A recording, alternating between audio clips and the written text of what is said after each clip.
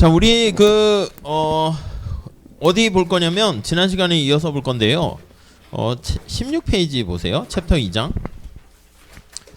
자, 수요 곡선의 이동. 거기 볼게요. 뒤에 문 좀 닫아 주세요. 제일 뒤에. 그러니까 보니까 다음 시간에 봐서 이걸로 글씨 쓸 수 있으면 여기 써서 할게요. 근데 단점이 뭐냐면 이쪽에 나오는지라 이쪽에 계신 분들이 아마 글씨 쓰는 게 안 보일 것 같더라고요. 그래서 한번 뭐 상황 봐서 조정을 할게요. 어휴, 여기는 이렇게 파편이 튀겨져 있어. 자, 오늘의 목표는 챕터 2장 끝까지 이렇게 할게요. 요 끝에 보면 탄력성이라는 걸 배우게 되거든요. 그래서 요 탄력성까지 하면 수업은 끝낼 테니까 아시겠죠? 언제 끝날지는 모르겠어요. 안 끝나면 뭐 그냥 9시 10시까지 하고 뭐 일찍 끝나면 끝나는 대로 빨리 해보도록 할게요. 여러분들이 대답을 혹시 제가 질문하면 얼마나 잘 하시는가에 따라서 달라질 수 있겠죠. 자, 거기 보시면 밑에 수요 곡선의 이동 한번 볼게요. 16페이지. 자, 페이지 16페이지. 자, 우리가 지난 시간에 좀 얘기했었는데 여기 XJ라고 할게. XJ를 살까 말까에 영향을 미치는 요인들이 많이 있어요. XJ 가격, 뭐 YJ 가격, 뭐 소득을 M이라고 할까? 그 외에 뭐 여러 가지가 있을 수 있어요. 근데 이걸 칠판에 다 그림으로 표현할 수 없잖아. 그래서 나는 이번에 XJ 가격과 얘와의 관계를 살펴보는 거야. 이 무슨 관계인가? 이 두 주인공을 잡아가지고 이 두 주인공의 갈등 관계가 약간 시너지가 나느냐 아니면 반대로 작동되느냐, 그걸 볼 거죠. 근데 살펴보니까 주로 수요 곡선과 관련해서는요, 이렇게 음의 관계를 보인다, 이렇게 되는 걸 알 수가 있어요. 그래서 이제 우아형하게 표현을 하는 거죠. 물론 다른 요인들도 있습니다. 다른 요인들도. 그래서 이걸 예를 들어서 식을 써보면 이 수요 함수는 마이너스 px 이렇게 있고 다른 것들도 있겠지. 뭐 EPY라고 할까? 뭐 플러스 M이라고 할까? 여기 뭐 그 외에 기타 등등 10 이런 것들이 있을 거예요. 근데 칠판에 그림을 그릴 때 나는 PX랑 얘를 놓고 그림을 그릴 거고요. 그러면 이렇게 그릴 때 여기다가 이제 Q를 놓으셔도 사실 그게 맞는 건데 우리는 여기다 P를 놓고 여기다 Q를 놓을 거예요. 그래서 우리 책의 뒤에도 나오는데 요게 수요 함수다 이렇게 얘기하면 얘는 수평축과 수직축을 바꿨잖아요. 그래서 역수요 함수 이렇게 표현을 할 거예요. 여기 이제 칠판에 그림을 그리기 위해서 px는 자리를 바꾸는 거죠. 그래서 마이너스 qx의 d 뭐 플러스 epy 플러스 m 플러스 10. 요건 이제 수요 곡선은 아니지. p로 표현했으니까. 그래서 이거를 인버스라는 역수요 함수 이렇게 얘기할 거예요. 이렇게. 자, 그래서 이렇게 칠판에 그림을 그릴 땐 이렇게 해서 나타내고 Q가 빵일 때는 P가 여기에 해당하는 거죠. 이게 수직축 절편에 해당하는 겁니다. 그래서 요게 되겠죠. 여기가 수직축 절편 이렇게 될 거고 마이너스 1의 기울기가 돼서 여기 수평축 절편도 얼마 구할 수 있겠죠. 자, 그래서 우리가 지금 살펴보는 것처럼 여기 나와 있는 px가 변할 때 얘가 어떻게 변하니? 그 관계를 그림으로 나타낸 게 요 함수 곡선이기 때문에 요거는 곡선 상에서 이동을 해요. 이거를 거기 보시면 수요 곡선의 이동 이렇게 됩니다. 자, 밑에 보시면 자, D1과 같은 수요 곡선은 그 재화의 가격만 변화할 때, 그러니까 거기 두 번째 줄에 있어요. 수요에 영향을 주는 다른 요인 중에 하나가 변하면, 그러니까 이 재화의 가격이 변하면 이거는 곡선 상에서 이동을 하는데, 곡선 상에서 이동을 하는데 그 외에 다른 요인, 여기 보시면 YJ 가격이 비싸지거나 M이 올라가거나, 이건 이제 뭔지 모르겠지만 얘가 20이 되면 이게 수직축 절편이잖아. 그러니까 이 수직축 절편이 어떻게 되겠습니까?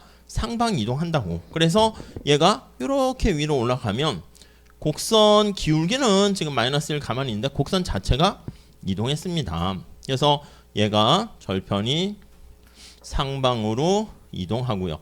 물론 옆에서 보면 우측 이동이죠. 그래서 곡선 자체가 상방 또는 우측 이동 이렇게 표현할 수 있습니다. 그냥 간단한 1차 함수 관련된 얘기가 되겠어요. 자, 여기서 다시 정리하면 거기 밑에서 세 번째 줄 가격 이외에, 가격이 변하면 곡선상의 이동인데 가격 이외에 다른 거, 얘도 가격이잖아요. 근데 다른 재화의 가격이잖아. 우리가 그 재화의 가격이 변하면 곡선상의 이동이고 다른 재화의 가격, 뭐 소득 이런 것들이 변하면 곡선 자체가 이동한다. 이렇게 보시면 되겠어요.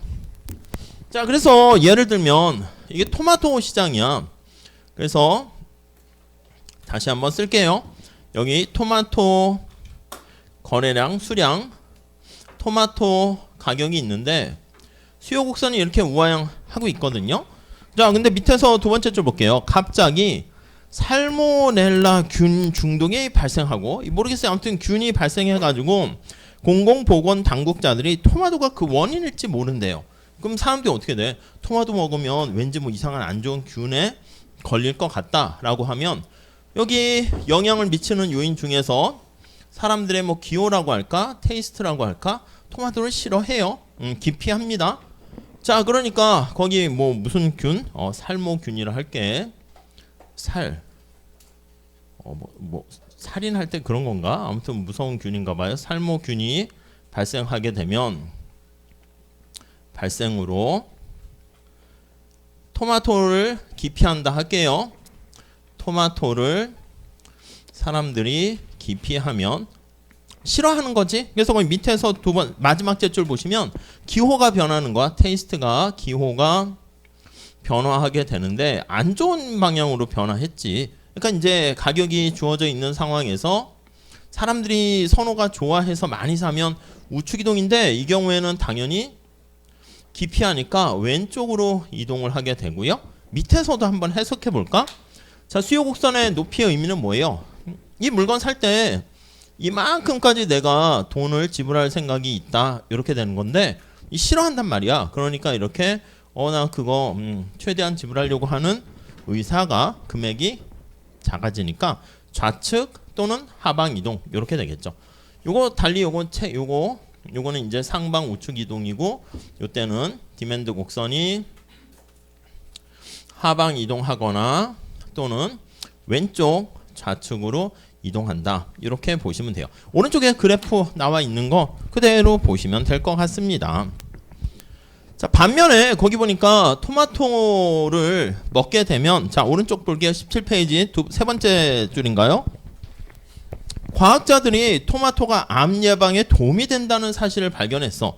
이거랑 반대지. 토마토에 대한 선호도가 좋아지게 되면 항암 효과가 있다고 그래서 그러면 이렇게 상방 이동, 우측 이동 이렇게 되는 거니까 뭐 간단한 얘기죠. 원론에서 많이 하는 거니까 간단히 보시면 되겠습니다. 그 다음 이제 여기서는 기울기까지는 변화시키지 않았는데 그 얘기는 뒤에 할 거라서 이동까지만 봤습니다. 정리를 해 볼게요. 자, 밑에 비가격 요인이 변할 때 거기 보시면 밑에 점띵 있죠. 굵은 고딕으로 수요량의 변화가 있습니다. 곡선 상의 이동이야. 얘가 변하면 수요 곡선은 가만히 있고 곡선 상에서 이동이고요. 그 외에 다른 요인입니다. 우리가 고정되어 있다라고 상정했던 다른 요인들이 변하게 되면, 자, 그러면 거기요 양자를 뺐어요. 그냥 수요의 변화, 수요 곡선 자체가 변하는 거야. 그래서 이때는 전체라는 말이 있어요. 전체. 그래서 디맨드 곡선 수요 전체가 변하는 거니까 자체가 이동한다. 이렇게 보시면 되겠어요. 지금 여기 살펴본 것처럼 우측 이동이냐 좌측 이동이냐 뭐 그렇게 보시면 되겠어요. 거의 굵은 고디로 나와 있어요. 그 재화의 가격 이외에 다른 요인입니다. 그래서 가격 이외에 이렇게 나와 있죠. 넘어갈게요. 자, 이제 수요는 요 정도 봤고요. 공급 볼게요. 공급도 이제 뭐 수요랑 별로 달라질 건 없을 것 같습니다. 우선 첫 번째 줄 볼까요? 다른 반쪽 얘기하는 게 공급인데, 자, 거의 첫 번째 줄 18페이지. 시장의 모든 생산자가 판매할 용의가 있는 재화의 총량. 그러니까 이게 생산해서 공급자가 생산해서 판매할 용의예요. 의사 이렇게도 쓰는데 계획입니다. 나 생산하겠어, 팔겠어 이렇게 계획하는 거지 판매한 게 아니야. 그래서 약간 이것도 will이에요. will 또는 willingness 이렇게 보시면 되겠습니다. 사전적인 한자식으로 표현하면 그렇게 표현하고요. 자, 거기 가격 첫 번째 있습니다. 수요에 그런 것처럼 가격은 공급 결정에 중요한 역할을 미쳐요. 생산 공급에 영향을 미치는 요인들 중에서 가격, 토마토다 그럼 토마토 가격이 중요한 영향을 미치겠죠. 거기 보시면 토마토가 파운드당 40달러에 팔 수 있을 거라고 기대하게 되면 토마토를 매우 많이 들여올 것이다. 그러니까 자기가 직접 생산할 수도 있고 해외에서 수입을 해가지고 많이 팔 수 있으니까 마진을 남겨서 돈을 벌 수 있겠지. 그래서 이 가격을 보고 나 얼마나 판매할까 그 얘기를 나타내는 거죠. 자, 거기 보시면 가격을 1달러로 예상하면 판매 가능한 수량은 훨씬 적을 것이다. 그러니까 판매할 때 이게 가격이 이제 예상을 하긴 하는 거야. 이 정도 가격? 그러니까 다시 정리하면 주어진 가격하에서 지금 토마토 시장 얘기하는 거야. 가격하에서 토마토를 생산 공급하는 사람이 얼마나 생산 공급하겠습니까? 그 계획을 나타내는 거야.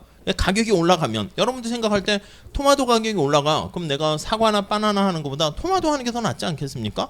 그쪽에 더 많이 생산하고 몰리고 공급자들이 늘어나는 거죠. 당연한 거지.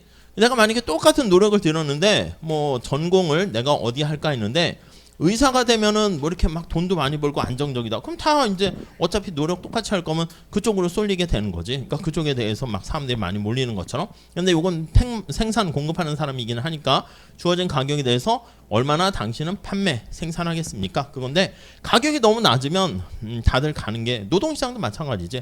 아니, 안 할래 이렇게 되는 것이고 가격이 높으면 몰리는 거고 그런 거 아니겠습니까? 다음에 이게 생산이니까 생산 비용이 또 영향을 미칠 수 있어요. 다음에 영향 미치는 게 생산 비용 이렇게 돼요. 자, 내용은 간단합니다. 한번 같이 보실까요? 생산 요소의 가격과 생산 기술이 변하면, 그러니까 생산 비용, 생산 함수 할 때 다시 할 건데, 아니 생산할 때 여러분들이 토마토 생산할 때 그 일하는 사람들 근로자들이 있는데 근로자들이 임금을 올려달래. 그러면 아니 비용이 증가하게 되니까 내가 물건을 팔고 비용 주고 나서 남는 게 없으면 이것도 별로 수지가 맞지 않군 해서 생산을 줄이거나 접게 되겠죠. 그러니까 임금이 중요한 영향을 미치고 거기 또 보시면 생산 기술 내가 이전에는 생산하기가 어려웠었는데 새로운 기술의 등장으로 인해 가지고 이 생산하는 코스트가 낮아지면 그러면 당연히 이거 좀 손쉽게 생산할 수 있으니까 뛰어들만 하겠죠. 그렇기 때문에 이런 생산 요소와 관련한 또 생산 비용에 미치는 영향 거기 한번 볼게요. 몇 가지만 들어보면 자, 세 번째 줄 토마토 관련된 거야. 땅, 토마토 종자, 비료, 수학기구. 이 원소의 장점은 이렇게 다양하게 이렇게 현실에 진짜 살아있는 듯한 그런 얘기가 많아가지고 좋긴 한데요. 점포 임대료, 토마토를 시장에 운반하는 데 필요한 휘발유 이것도 다 비용이고 돈이 들어가잖아. 이런 생산 요소의 가격이 어떻게 되는가에 따라서 생산을 더 할까 말까 결정하게 됩니다. 자, 밑에 두 번째 단락 보시면 굵은 고딕체로 생산 기술 찾았습니까? 테크놀로지가 또 영향을 미쳐요. 그래서 새로운 기술 혁신 진보로 비용이 낮아지면 더 많이 생산할 수 있게 되는 거죠. 그 정도 보시죠. 그 다음 이제 시장 전체로 나타내게 되면 이게 판매하는 사람 수가 얼마인가 해서 판매자 수 이것도 영향을 미칠 거예요. 이렇게 혼자 생산 공급하는 것보다 두세 명 더 늘어나면 시장에 공급되는 양이 많아지겠죠. 그래서 농부가 많아지면 공급이 늘어난다. 그렇죠. 그 다음 판매자의 외부 옵션이라고 했는데 그냥 기타 등등이라고 보시면 되겠습니다. 기타 등등. 여기서는 사람들의 이 생산 공급하는 사람들의 전망이라고 할까요? 그래서 거기 보시면 세 번째 줄 아니 내가 지금 바빠가지고 토마토에 막 생산 공급하게 되는데 다른 시장에 더 이렇게 기웃기웃 뭐 그게 더 나아질까? 그런 거에 대한 전망이 바뀌면 그래서 이제 앞으로 뭐 10년 후에 뭐가 어떻게 될지 모르겠지. 의사 수가 뭐 부족할 수도 있고 지금 막 그런데 의대로 막 쏠리는데 10년 후에 AI가 나와서 로봇가 더 정교하게 막 수술을 해. 뭐 이렇게 CT 촬영한 뭐 그런 것들도 더 정확하게 판독해. 그럼 다 쓸모없는 거 아니겠습니까? 그러니까 그런 미래에 대한 전망, 예상 그런 것들도 이거를 내가 해야 돼? 말아야 돼? 이렇게 이제 고민하죠. 그러니까 여러분들도 보통 지금 저학년이신 분들은 졸업할 때 내가 어떤 진로를 갈 것인가 하면은 앞으로 향후 4, 5년 후에 뭐가 어떻게 될지 그걸 보면서 진로를 결정할 텐데 글쎄요. 잘 모르겠어요. 4, 5년 후에 워낙 많이 변화무쌍하게 변하기 때문에 그래서 뭐 어떻게 될지 알 수가 없는 상황이어서 그냥 좀 뭐 쉽진 않죠. 안개 속에 그런 상황입니다. 자, 아무튼 요거 생산에 영향을 미치는 것을 지금 똑같이 함수로 만들 수 있어요. 그것을 공급 함수다. 이렇게 표현할 수가 있습니다. 이렇게요. 이렇게 써볼까? 이게 만약에 Q라고 쓰고 X제라 합시다. 공급량, 공급에 영향 미치는 거. 보면 여기 보시면 가격 중요하겠고 생산 비용 뭐라고 할까? 임금 이런 거로 할까요? 임금은 생산에 당연히 네거티브한 충격을 주겠죠. 뭐 이거 테크놀로지를 할까? 기술. 뭐 생산 공급하는 판매자 수. 이거 판매자 수. 그다음 미래에 대한 전망, 예측, 뭐 예상 이런 거 등등등 영향을 미칠 겁니다. 똑같이요. 이거 다 표현할 수 있겠지만 우리 칠판에 관심 있는 두 변수를 살펴보기 위해서 요거 이렇게 보는 거지. 이렇게 보는 거지. 그래서 얘네 둘과의 관계를 봤더니 요 관계는 이제 플러스 관계를 보이더라. 요거. 그리고 나머지들은 다 이렇게 고정시켜 가지고 나타내고 세터리스 페리부스로 이렇게요. 물론 저는요 임금이 변할 때 생산량이 어떻게 변하는가 보겠습니다. 뭐 이렇게 하면 이것도 공급함수 할 수 있겠지. 근데 요걸 한다고. 그리고 요 X제 가격이 저 수요에도 이제 들어가 있으니까 얘가 여기도 있고 저기도 있으니까 가격이 이제 조정 역할을 하는 걸 볼 수가 있게 되고 그래서 우리는 좀 가격에 관심을 갖게 됩니다. 자, 그래서 밑에 맨 마지막 제출 보세요. 수요 곡선과 마찬가지로 공급 곡선은 공급에 영향을 미치는 요인을 가격이 주요 관심사고 다른 모든 것들, 기타 등등 두 개 집단으로 나눌 수 있어요. 오케이? 그러니까 세상에는 과목이 두 개 학문밖에 없다니까 경제학과 기타 과목 뭐 이렇게 있는 거예요. 아시겠죠? 그렇습니다. 자, 공급 곡선의 시각적 표현을 한번 볼게요. 오른쪽 가보시면 자, 그래프를 그렸는데 계속 얘기하듯이 세 번째 줄 볼게요. 두 번째 줄 볼게요. 세로축에는 가격을 놔요. 원래는 이게 이제 공급 함수인데 역시 P로 바꿔서 나타내니까 거기 밑에서 중간에 보이시죠? 역공급 곡선 있죠. 그래서 바꿔서 표현합니다. 그냥 공급 곡선, 공급 함수 그렇게 해도 상관없어요. 표현하는 게 그냥 달라질 뿐이고요. 자, 거기 보시면 세 번째 줄. 그래서 가로축은 공급량, 세로축은 가격으로 놓고 공급 곡선은 우상향한다. 자, 세 번째 줄, 첫 번째 줄 볼게요. 요거 다른 모든 조건이 일정할 때 그래서 다른 관심이 없는 요인이라 할까? 팩터들은 일정하다 이렇게 가정을 하는 거예요. 일정하다고 가정을 하고 관심 있는 변수가 변했을 때 이렇게 보는 거죠. 자, 그래서 거기 보시면 생산자는 가격이 오를수록 더 많이 공급하려고 한다. 그래서 이렇게 우상향하는 형태를 보였어요. 위에 그림 나와 있죠. 그래서 이제 특별한 경우 빼놓고는 이렇게 우상향한다. 이렇게 얘기할 겁니다. 자, 그 배후에 간단한 직관이라고 했는데 요거 이렇게 보시면 돼. 밑에서 보면은 생산자가 저는 이만큼 생산 공급하겠습니다 라고 하면 이게 앞에 얘기한 것처럼 약간 비용을 의미한다 보시면 되겠어요. 그러니까 생산자 입장에서는 아니 내가 최소한 이만큼의 가격을 안 주면 그러니까 이만큼 비용이 들었다는 뜻이야. 안 주면 저 물건 안 팔래요. 내가 토마토 하나 만드는데 1,000원 들었어. 이제 물건 주겠다는 사람이 500원 준대. 아예 안 해요. 아예 생산 안 하고 접고 뭐 이렇게 되겠죠. 이미 생산된 건 어떻게 할지 모르겠지만. 그러니까 이 공급자가, 생산자가, 판매자가 최소한 이 높이는 수요 공급에서 본 것처럼 받고자 하는 금액이다. 이렇게 보시면 되겠습니다.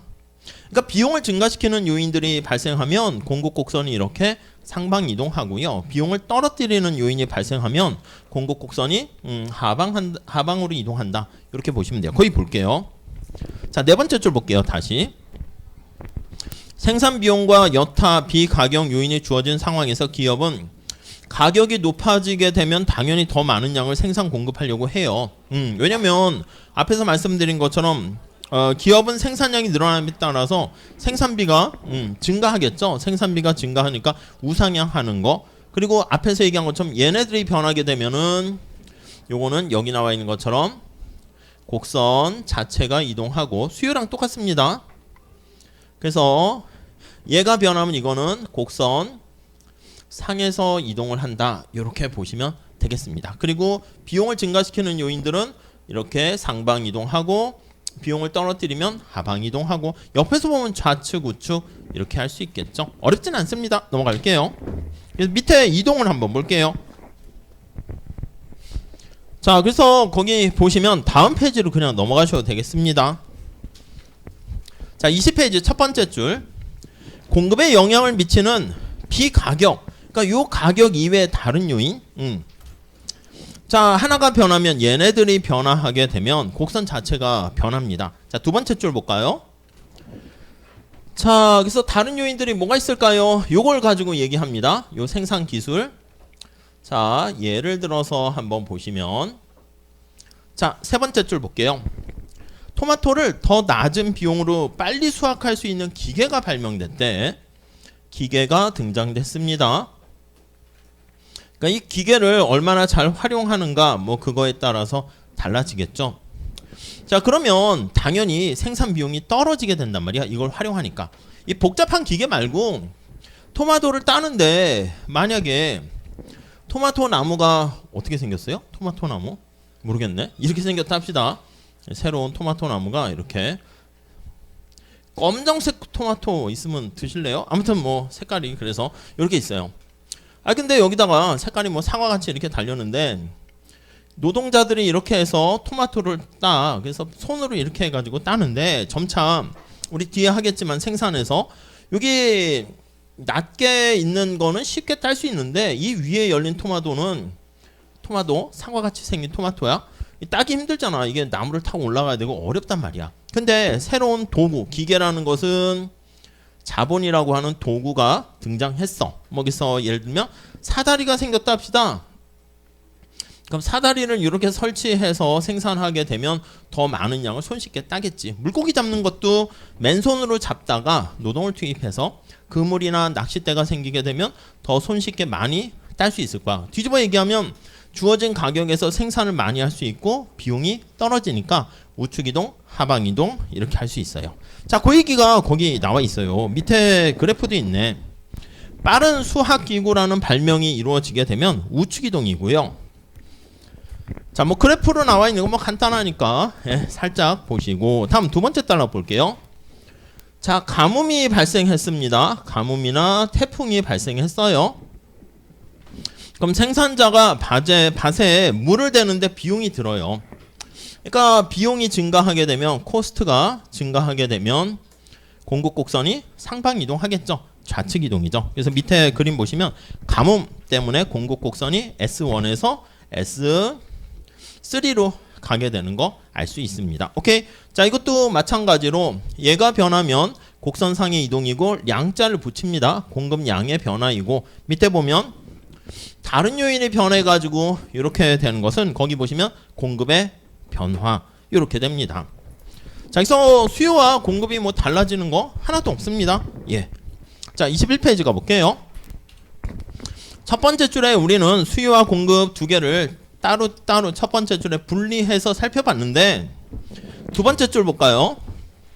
앞에서 말씀드린 것처럼 가격이라는 게 양쪽에 다 들어가 있잖아. 그래서 가격이라는 게 수요 공급을 연결시켜주는 내생 변수가 되고 연결시켜주는 역할을 합니다. 그래서 두 번째 줄에 두 측면을 한데 묶는 결정적인 요소가 되는 게 가격입니다. 그래서 가격이 오르락 내리락 조정이 돼서 수요와 공급을 일치시켜주는 역할을 합니다. 자, 그래서 거기 네 번째 줄 볼까요? 시장에서 현재 가격에 사려고 하는 사람은 뭐 얼마나 있나, 그리고 팔려고 하는 사람 얼마나 있나, 그게 딱 매칭되는 게 이제 균형, 이렇게 얘기할 겁니다. 자, 그래서 2-4 시장의 균형 이렇게 한번 살펴보도록 할게요. 자, 균형이라는 건 어떤 상태에 도달했을 때 더 이상 움직일 만한 요인이 없는 상태가 균형이다, 이렇게 얘기하죠. 그래서 변화할 만한 요인이 없는 상태다, 이렇게 보시면 되겠어요. 그래서 우리가 이렇게 볼 수 있습니다. 공 가지고 이렇게 보면 공이 이렇게 3개 있어요. 3개 있는데 A, B, C 이렇게 봤을 때 B는 딱 봐도 균형이 아니지. 왜냐하면 힘이 이쪽으로 딱 봐도 내려가는 힘이 세니까 그 상태에 머물러 있지 않습니다. 그래서 변화할 만한 요인이 없어야 되는데 움직여요. A와 C는 균형 상태죠. 그래서 A와 C는 균형인데 약간 차이가 있습니다. A와 C는 균형 상태다. 왜냐, 가만히 놔두면은 그 상태에 이렇게 가려는 힘과 이렇게 가려는 힘이 딱 맞아 떨어져서 멈춰 있죠. 균형인데 약간 차이점이 있어요. C공은 힘을 딱 주게 되면 공이 올라갔다 원래 상태로 되돌아온다 그랬죠. 그래서 요거는 스테이블하다, 스테이블한 균형이다, 이렇게 얘기를 하고요. 근데 A라는 균형은 여기다 힘을 딱 가하게 되면 그 상태에서 점차 계속 멀어져요. 그래서 불안정한, 언스테이블한 균형이다, 이렇게 표현할 수가 있습니다. 그래서 균형은 우리가 앞으로 계속 얘기할 때 균형과 관련해서는 첫 번째는 스텝 1이라고 할까? 균형이 존재하냐 존재하지 않냐, 존재하냐 존재하지 않냐. 존재 안 할 수 있습니다. 수요 공급 곡선 같은 경우도 두 개가 딱 교차되는 부분이 없으면 존재하지 않는 거지. 그리고 균형이 존재하면 몇 개 존재하지?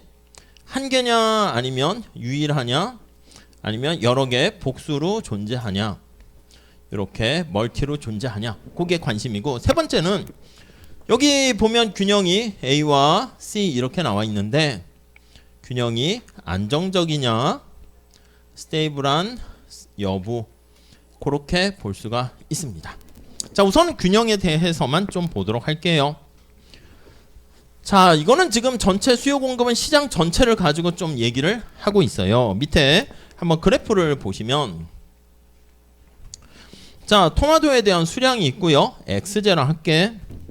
토마토에 대한 가격이 있습니다. 파운드당 달러로 표시되어 있어요. 이제 위에 화폐 가격으로 표현을 하는 거지. 자, 공급 곡선이 이렇게 있고요. 수요 곡선이 이렇게 있습니다. 오케이. 자, 지금 가격이 요거 두 개 3달러일 때 두 개가 딱 일치했어. 3달러일 때 이게 이제 균형 가격이다, 이렇게 얘기하고요. 만약에 가격이 2달러라 할게. 그래서 P1이라 할까? 2달러가 되면 옆에서 이렇게 보세요. 우리가 앞에서 얘기한 것처럼 수요는 물건을 사겠다는 사람의 의사고 공급은 판매하겠다는 의사를 나타낸다고 그랬잖아. 아니, 생산하려고 하는 사람은 이만큼밖에 안 돼. 너무 가격이 싸니까. 근데 판매하려고 하는, 살려는 사람이 이렇게 많으니까 수요가 공급보다 더 커요. 이것을 우리가 초과 수요가 발생했다. 이 초과 수요라고 하면 수요 빼기 공급 이렇게 표현하는데 얘가 0보다 크다, 이렇게 보시면 되겠죠. 익세스야.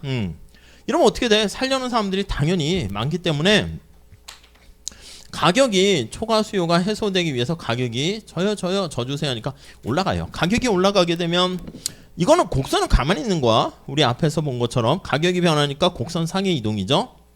수요량은 감소하게 되고요. 양자를 붙여요. 그리고 생산 공급하는 사람들은 어떻게 돼? 가격이 올라가니까 공급량이 증가합니다. 그래서 공급량은 증가하고요. 그래서 수요량과 공급량이 이렇게 딱 맞아 떨어지게 되는 상태. 3달러 되면 그때가 딱 물건을 사겠다는 사람과 판매하겠다고 하는 사람의 수량이 일치하니까 그게 균형이 되겠습니다. 뭐 그냥 끝입니다. 가격이 이거보다 위에 있을 때는 반대가 되겠죠.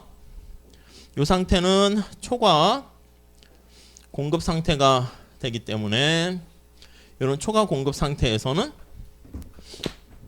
당연히 가격이 떨어지는, 공급이 되게 많기 때문에 우리가 마트에도 보면 장터 마감이 끝나갈 때 물건을 못 팔고 있는 사람들은 뭐야, 특히 토마토 같은 경우는 저장, 보관 이런 것도 힘들잖아. 지금 당장 안 팔면 이거 썩어서 버리게 되는 거니까 가격을 좀 싸게라도 해서 판매하겠지. 그러니까 가격이 낮아지면서 이렇게 균형으로 조정됩니다. 그래서 여기도 계속 초과 공급이 있으니까 이 균형 상태가 되면은 초과 수요나 초과 공급 상태가 없는 그런 상태라고 보시면 되겠죠. 그래서 초과 공급이나 같은 말이야. 초과 공급이 빵 아니면 어느 걸 기준으로 쓰느냐에 따라서 표현이 달라지는 건데 초과 수요가 빵 이렇게 된 상태다 보시면 되겠습니다. 자, 밑에 뭐 그래프로 나와 있는 거 보시면 될 것 같고요. 다음 페이지 가보시면 이거 간단한 연립방정식으로 그냥 식 푸는 거야. 이꼴 놓고 푸시면 되겠죠. 정리해 볼게요.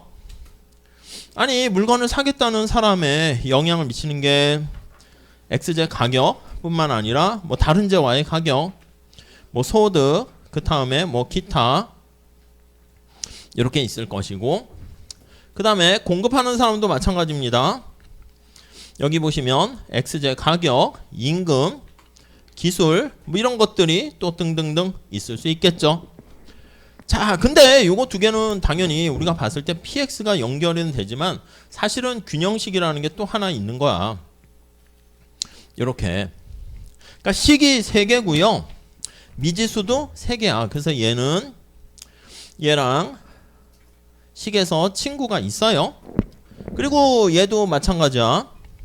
여기 얘랑 같이 연결이 되고 얘도 얘랑 연결이 되고, 그러니까 이렇게 3개의 식이 있고 3개 식들 간에 값을 구하는 것이고, 얘네들은 다 주어진 밖에서 있으니까 얘네들은 주어진 거죠. 주어진. 그래서 밖에서 주어진 이런 변수들은 외생 변수다 이렇게 얘기합니다. 변수 이렇게 표현하는데, 그리고 얘네들은 내생 변수다 그렇게 표현을 하게 되는 거죠. 자, 뭐 그 정도 정리하시면 되겠고요. 그 다음 밑에 시장이 균형으로 수렴하는 경우 여기 나와 있는 것처럼, 아니 초과 공급과 초과 수요가 발생하게 되면은 초과 공급은 가격이 하락하는 상황이 되고요. 초과 수요가 되면 가격이 상승하는 상황이 되겠죠. 자, 그런데 오른쪽에 보시면 나와 있습니다. 23페이지. 자, 여기가 균형 가격이라 하고 얘는 P2라고 할게요. P2. 다시 정리해 볼게요. P2 가격 하에서는 자, 물건을 사려는 사람보다 공급하려는 사람이 더 많아요. 여기서 우리 오른쪽에 23페이지 가보시면 왼쪽에 가격이 너무 높아. 그러니까 사람들이 생산은 훨씬 많이 하려고 하는데 근데 이제 수요가 얼마 없어. 그래서 초과 공급 상태가 되고, 근데 판매하는 사람들이 서로 자기 거 팔아야 되니까 가격은 당연히 하락하는 힘으로 작동하게 됩니다. 자, 반대로 가격이 P1일 때는 수요가 공급보다 더 커요. 그래서 이때는 excess demand라고 그랬고, 살려는 사람들이 훨씬 많으니까 가격이 올라갑니다. 그래서 이게 시장에서 수급을 조정해 주는 게 이 가격이라는 게 신호등 역할이라니까. 그러니까 우리가 이제 생산자랑 소비자가 둘이 만나서 야, 시장에 뭐 얼마 이 위에서 내려다볼 수 있는 게 아니잖아. 그러니까 우리가 교통 상황도 위에서 다 이렇게 멀리서 봐가지고 이제 조정할 수 있는 게 아니니까 신호등만 보고 의사결정하는 거예요. 요거 해서 가격이 오르락 내리락 해서 조정되는 요거 있잖아요. 요거를 우리가 왈라스라는 경제학자, 저 뒤에 나옵니다. 그래서 그 사람의 이름을 따라서 왈라스 조정 과정이다 이렇게 이름을 붙이는데 별거 없어요. 그냥 가격 조정 과정이야. 가격이 조정되는 과정이다 이렇게 보시면 되겠고요. 그 다음에 당연히 아니 Q도 조정할 수 있지 않겠습니까? 여기다 한번 그릴게. 이렇게 시장의 가격이 좀 망가지거나 하면 이제 생산량을 늘리거나 줄이거나 재고를 이렇게 조정을 해가지고 이 균형으로 갈 수도 있어요. 이게 Q라고 하면 여러분 여기 볼게. 이쪽은 이제 신경을 안 쓰셔도 되고 밑에서 봅시다. 밑에서 요 측면에서 한번 볼게요. 이렇게 여러분 만약에 여기가 이제 균형인데 균형 수량 이렇게 되는데 가격이 균형 수량이 아니라 요거보다 낮다고 할게. Q0라고 할게. 그럼 한번 생각해 보세요. Q0 하에서 여기에서는 1, 2라고 할까요? 1이라 합시다. 앞에 거에 맞춰서 1. 여기 1이라 할게요. 아니 수요 곡선 의미 한번 생각해 볼까? 이거에서는 토마토가 균형 수량보다 되게 작은 거야. 그러니까 살려는 사람들이 되게 많은 거지. 수요 곡선의 높이가 뭐야? 소비자들이 저요 이만큼까지 돈을 낼 생각이 있습니다. 이렇게 된다니까? 이 높이를요 우리가 그냥 수요 가격이라고 할게. 수요 가격. 수요 가격은 소비자가 최대한 맥스 지불하려고 하는 willingness to pay다 이렇게 보시면 되겠습니다. 이렇게 나 이만큼까지 돈 낼 생각이 있어요. 원한다는 거지. 근데 공급자 입장에서는 아니 요거 만드는 데는 비용이 요거밖에 들지가 않았어. 그래서 막 드러내진 않지만 나 요 정도만 받아도 판매 비용이 이만큼 들었으니까 이 정도만 받아도 되겠는데 마음속에 이것도 유보 가격이야. 공급자의 그 공급 가격이라 할게. 그러니까 이 공급 가격은 판매자가 최소한 받고자 하는 가격입니다. 쓰진 않을게요. 그러니까 수요 가격이 훨씬 더 이렇게 크니까 소비자들이 막 돈 더 줄 테니까 좀 생산 좀 해주세요 이 얘기잖아. 그럼 당연히 이렇게 생산량이 증가하게 되겠고요. 여기서는 너무 많이 생산된 거야. Q2에서는. 그래서 Q2에서는 당연히 소비자가 최대한 지불하려고 하는 금액은 요거밖에 안 돼. 너무 많으니까. 줄 사람은 최대 이만큼까지 밖에 줄 생각이 없는데 받으려고 하는 사람은 전 이만큼은 주셔야지 생산 공급하겠습니다. 이렇게 되는 거죠. 그러니까 공급자가 최소한 받고자 하는 가격과 소비자가 최대한 지불하려는 가격과 비교를 해봤더니 공급자가 받고자 하는 가격이 훨씬 높아. 이게 둘이 뭐 만나봤자 계약이 성립되지 않습니다. 그러니까 이 경우에는 생산이 증가하는 쪽으로 힘이 발동하겠고 이렇게 되면 생산량이 감소하게 됩니다. 이미 만약에 생산한 게 있으면 재고가 쌓여 있으니까 공장 가동을 줄인다고요. 그래서 생산량을 줄여서 언제 이게 딱 더 이상 변화할 요인이 없으니까 얘는 왜 균형이 아니야? 변화할 요인이 있지. 생산량이 이렇게 변화할 요인이 있으니까 균형이 아니라고. 그래서 Q1과 Q2는 균형이 아니고 그 상태 가만히 머물러 있어야 돼. 균형은 변할 요인이 없는 뭐 그런 상태가 뭐가 있을까? 뭐 태양계 같은 것도 그런 거지. 원심력과 구심력이 딱 맞아 떨어지니까 그 상태에 가만히 있는 거지. 그렇죠? 몸도 그렇지 않아요? 몸도 영화 보면은 이게 밖으로 이렇게 아무튼 그래요. 그럼 펑 터지거나 뭐 이렇게 될 거 아니에요. 그러니까 거의 딱 균형 맞아 떨어져 있는 그런 상태예요.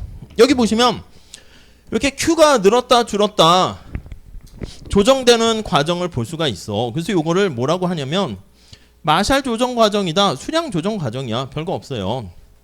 마샬이라는 사람의 이름을 따서 뭐 나중에 또 많이 뭐 경제 원론에 뭐 많이 등장하죠. 수요 공급의 원리를 만든 사람이죠. 그래서 이게 수량 조정 과정이다. 이렇게 보시면 되겠어요. 만약에 여러분 요렇게 한번 생각해 볼게요. 그냥 생각만 해보세요. 아니 여기가 Q고 여기가 P야. 억지로 한번 만들어 볼까? 수요 곡선이 이렇게 생겼어. 공급 곡선이 뭐 이렇게 생겼어. 공급 곡선이 이렇게 생겼다 합시다. 이렇게. 그러면 균형 한번 찾아볼게. 균형은 몇 개 있습니까? 이거 균형이야. 균형 같잖아. 수요 공급. 여기 균형이야. 여기 균형이야. 이렇게. 그렇죠? 그래서 균형은 A, B, C 이렇게 세 개 지금 존재하고요. 그 다음 조금 더 나갔어. 지금처럼 가격 조정 과정에 따른 왈라스 조정에 따른 이게 안정적인지 불안정적인지 안정적인지 불안정적인지 뭐 그런 것들 한번 생각해 볼 수가 있을 거예요. 어떻게 될까? 어떻게 될까? 그냥 한번 살짝 체크만 하면 돼. A 한번 볼까요? A 뭐 왈라스 조정 과정, 마샬 조정 과정 볼게요. 그럼 여기서 균형 상태가 이탈됐을 때 어떻게 되나 볼게요. 여기 점점점점 이렇게 있으면 이제 파란 색깔이 지금 공급 곡선이야. 그럼 요거는 어떻게 돼? 지금 가격이 이렇게 있으면 초과 수요가 발생하니까 가격이 요 상태에 있다가 다시 균형 상태로 다시 이렇게 회복되겠지. 이렇게 갔다가 다시 오게 될 거야. 올라가도 되고 내려가도 되고. 그러면 A는 이렇게 스테이블 할 거고요. B도 한번 따져볼까? B는 이것도 마찬가지예요. 여기가 균형 상태지. 딱 우연히 이게 가격이 맞아 떨어졌으니까 수요량과 공급량이 딱 맞아 떨어졌는데 이게 이제 뭔가 외부적인 힘에 의해서 좀 균형 상태가 깨졌어. 그럼 이거 어떻게 돼? 초과 공급이 발생하는 거 아니겠습니까? 그래서 초과 공급이 발생하게 되는 거니까 가격이 올라갔다 얘도 다시 원래 상태로 가게 되겠죠. 그러면 B도 당연히 스테이블하다 이렇게 보시면 되겠고, C는 어떻게 될까? C는 여기 균형 상태야. 근데 만약에 여기서 가격이 좀 올라갔어. 올라가면 초과 수요가 발생하니까 이거는 올라간 다음에 이게 초과 수요니까 살연삼이 계속 더 있게 되는 거니까 계속 위로 올라간다고요. 이해 가시겠죠? 그러니까 이 경우는 언스테이블한 균형이다. 이렇게 보시면 되겠어요. 마샬은 밑에 수량으로 보는 거지. 밑에 똑같이 보시면 되겠습니다. 이렇게 봐가지고 여기 A 보시면 아니 여기 보시면 여기 균형 상태에서 깨진 상태로 갈게. 깨졌는데 원래 상태로 되돌아가면 스테이블이고요. 근데 원래 상태에서 자꾸 멀어져. 그러면 언스테이블이라는 거지. 그러면 이 공급 곡선이 최소한 받고자 하는 가격인데 수요 곡선은 최대한 지불하려는 가격 아니겠습니까? 그럼 당연히 어떻게 돼? 요거랑 똑같은 상황이지. 생산량이 이렇게 갔다 원래 상태로 이렇게 되돌아갑니다. 왼쪽으로 가도 되고 그러면 이거는 스테이블한 상태가 될 것이고, B도 이 상태 보면 이거는 어떻게 돼? B 상태는 여기 균형이 균형 수량 이렇게 돼 있는데 이렇게 증가시켰어. 아니면 줄이거나 그러면 이렇게 가면 소비자가 최대한 지불하려고 하는 금액은 이건데 생산자가 최소한 받고자 하는 금액이 이거야. 그럼 이게 여기 보시면 QB는 여기에 해당하는 거잖아. 그럼 당연히 어떻게 되겠어? 원래 상태로 되돌아오는 게 아니라 점차 이렇게 계속 멀어진단 말이죠. 그러니까 얘는 언스테이블하다 이렇게 보시면 되겠고, 그냥 수요 공급 곡선을 옆에서 보느냐 밑에서 보느냐 그렇게 해석하는 거야. 얘는 어떻게 되겠어? 이렇게 되면 공급자가 최소한 받고자 하는 가격과 소비자가 최대한 지불하려고 하는 가격 이렇게 되니까 얘는 원래 균형 상태였는데 이렇게 갔다가 다시 원래 상태로 가고, 얘는 힘의 방향으로 하면 얘는 이렇게 될 거고 얘도 이렇게 됩니까? 여기 보시면 아무튼 이렇게 되니까 여기는 원래 상태로 되돌아가니까 스테이블한 상태다 이렇게 보시면 되겠죠. 여기는 여기서 보면 점점점점 보면 여기가 최소한 받고자 하는 가격인데 최대한 지불하려고 하는 거니까 이게 안 되겠지. 그러니까 이탈되면 이쪽으로 가야겠지. 이쪽으로 가게 되고. 그래서 얘는 이쪽에서 이렇게 좀 멀어지게 되고 이쪽은 몰리게 되고 이렇게. 그래서 여기도 마찬가지고. 그래서 균형이라는 그 개념 잘 좀 체크해 보시면 되겠습니다. 위에는 23페이지 뭐 간단한 가격 조정 과정만 나와 있고요. 여러분들께서 24페이지에 간단한 수요와 공급 곡선 나와 있잖아요. 그거 하나 체크해서 그냥 뭐 이걸로 놓고 푸시면 되겠습니다. 자, 이렇게 하시고 잠깐 쉬었다가 좀 하도록 합시다. 출석은 다시 부를게요, 제가.